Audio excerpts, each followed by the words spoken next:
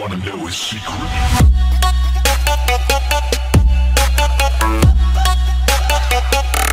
What is up, guys? Grenader here. Welcome to a new episode of Let's Talk. And a lot of people have been requesting, dude, can you please just start talking about gaming like it was before originally? And that's what I intend of doing from now on. So welcome to Let's Talk, a brand new series, and you guys will choose what we'll talk about. So today we'll be talking about capture cards, but before I get into this, I know a lot of you are like, dude, but come on, I loved your YouTube 101 series and shoutouts and stuff. Well, that's sort of YouTube related. So if you're interested in shoutouts and if you're interested in templates and videos and stuff like that, YouTube advice, head over to Extra Grenader. That's my second channel solely and only for that, YouTube help and everything around that nature. So let's get right into this amazing unscripted, because usually my videos are scripted. I have a couple of cheat sheets over here telling me what to say, but today it's unscripted. I can't even talk. Unscripted, and we'll be talking about capture cards and my experiences and whether you should get one or not, and I'll have some quality tests up, so this video might be a bit long, but you'll get so much information out of it. So number one, let's talk about price ranges. Price ranges from capture cards, they start around maybe $5, like dirt cheap $5, and they go super expensive to like maybe tops $200. So they go from $5 to $200. That's a very big range. So you can kind of fit in there. Like maybe you want a $100 card, or I can't even talk. Oh my god. Okay, it's hard doing it without a script, guys. YouTube tip. Anyways, that's basically the different categories there are. It goes from 5 to like maybe 100 to 200, and then you can just go within there. So I started with the $5 one, the cheap one, and it's called the Easy Cap. That thing was pretty good, okay? I'm not gonna lie. It was good in the fact that it taught you so many things. I mean, without it, I don't think I would know what I know now. And I guess working with something that's kind of hard to use makes it easier in the future to use things that are easy to use or hard to use. Like either way, you learn so much from using an Easy Cap. Like you learn how to use new programs like Virtual Dub, a lot of things about interlacing, things about resizing, cropping, just a bunch of different things that really help you out in the long run when you're making videos. And something I really want to talk about is the new Elgato HD60. That is a brand new capture card Elgato is coming out with that records at 1080p, 60 frames per second, and it's basically the upgraded version of the Elgato. So I might be getting that also, but let's stay in the $5 range. And after the Easy Cap, what you really have to deal with the Easy Cap is using Virtual Dub and presets, because the Easy Cap records at 480p, and that is unacceptable on YouTube. So what you have to do is you kind of have to resize it, sharpen it, and de-interlace it, and by doing all of that, it makes the video look decent. So that's that with that capture card. Now moving on to the Dazzle. Oh Jesus, the Dazzle.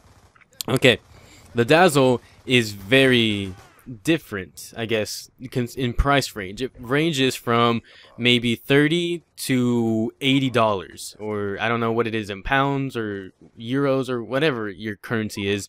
I live in America, so I'm gonna go by dollars and bucks and things like that, just American stuff, okay? American currency. Now it ranges from 80, no, what did I say, $30 to $80, and that's kind of the price range.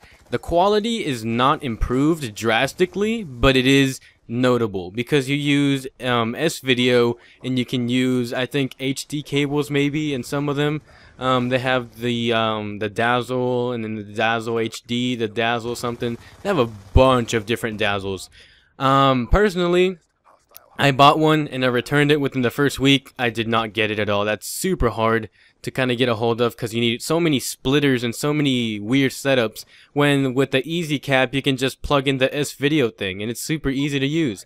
And other than that, that's just Easy Cap. Easy Cap is better than Dazzle, even though Dazzle's a bit higher quality, just a little bit.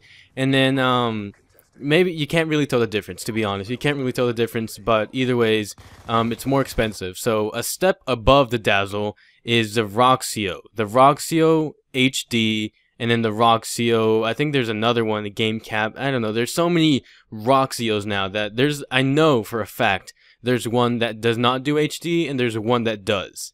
The one that does not do HD is basically like a Dazzle. It's more expensive. I think it's like $79.99, and it really has just a little bit more of quality to it, not too much, but just a little bit. And the software, it comes with software, it comes with cables, and you know, I guess it's okay. It's not too good, but if you're starting off, I really recommend you to start with the Easy Cap. You learn so much from it, even though it's a bit hard to use at first. You'll get used to it, don't worry. Now, moving on to the Roxio Game Cap H2, something like that. I don't even know what it's called, but it has the HDMI input and output, and that one is much more better than any of the ones I've just mentioned about. And that one retails around maybe 150 to 200, you know, that, you know, overpriced bar. And to be honest, it's not better than the PVR or an Elgato.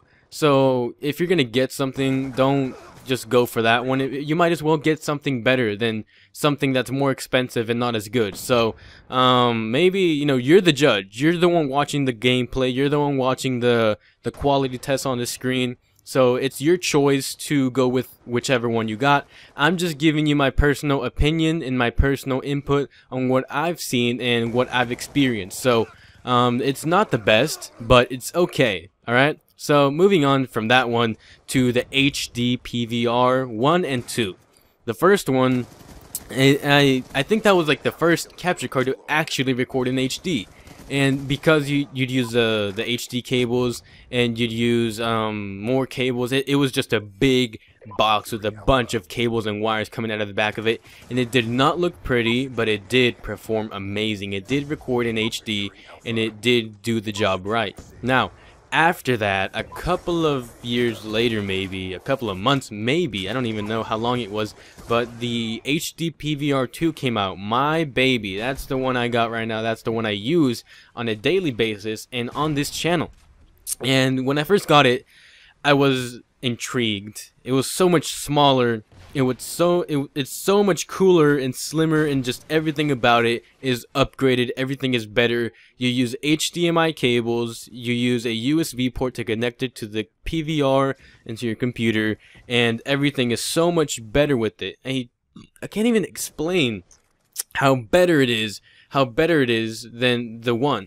But, you know, it's not a comparison of a 1 and a 2. We're comparing every single capture card and trying to get you, the viewer, if you're actually trying to get a capture card or something, to sort of debate which one you want to get. Because capture cards are you know, they're becoming mainstream. They're becoming mainstream. A lot of people are like, dude, I want to get a capture card, dude, but I don't know which one to get. So, let's see if we can get you one. Now, other than the HD PVR, we've got the Elgato. Now, we've got two versions as of today. Today's what? August 16, 2014. That is the actual day that I saw. I'm not shitting you. A couple of minutes ago, I just found the trailer and the commercial and everything for it. So I know it's legit. I know it's not fake. You can go check out the Elgato page in the description below. It's legit. And it's the Elgato and the Elgato HD60. What is the difference? Alright, the Elgato records at HD 1080p. And it records at 30 frames per second. It does not record at 60 frames per second. However, it's much more smaller. It's sort of the size of an iPhone 5 or 5S, around sort of that sort of length. It's a bit thicker. It's not as thin as the iPhone, but it's kind of that length, that rectangle length. And other than that, it's amazing. It records in HD. You can record your PC. You can record anything on it, and it's freaking amazing. Now, the Elgato HD60, however, records 1080p 60 frames per second. Now, why do you want 60 frames per second? Well, because YouTube is updating their website, I think, and it's like going to be 60 frames per second, something like that. I think they're rumors. I don't know if they're true, but if that rumor is true, I will get one of those. That is a selling point because you can live stream, you can do so much with it, and it's just amazing. And now, with a lot of quality to it and a lot of good things, comes the price. The price is around $179.99. That is retail price here in the United States. I don't know if it's different somewhere else, but I know for a fact that you can get it a bit cheaper on Amazon. I'll try to find a couple of links and link them down in the description below so you can go check them out.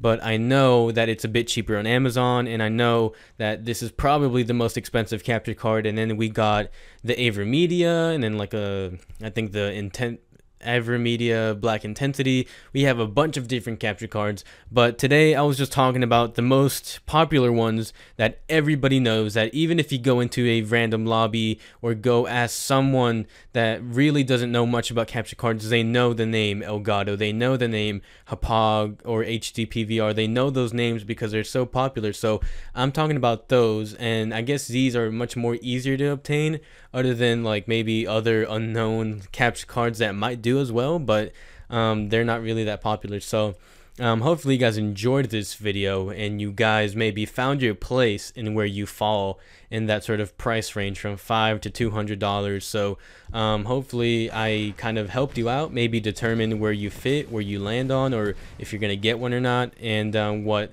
the software and the system and everything about the capture cards. So if I skip something, or you have a question, or you don't understand something, make sure to just comment in the comments down below. That's why that's there.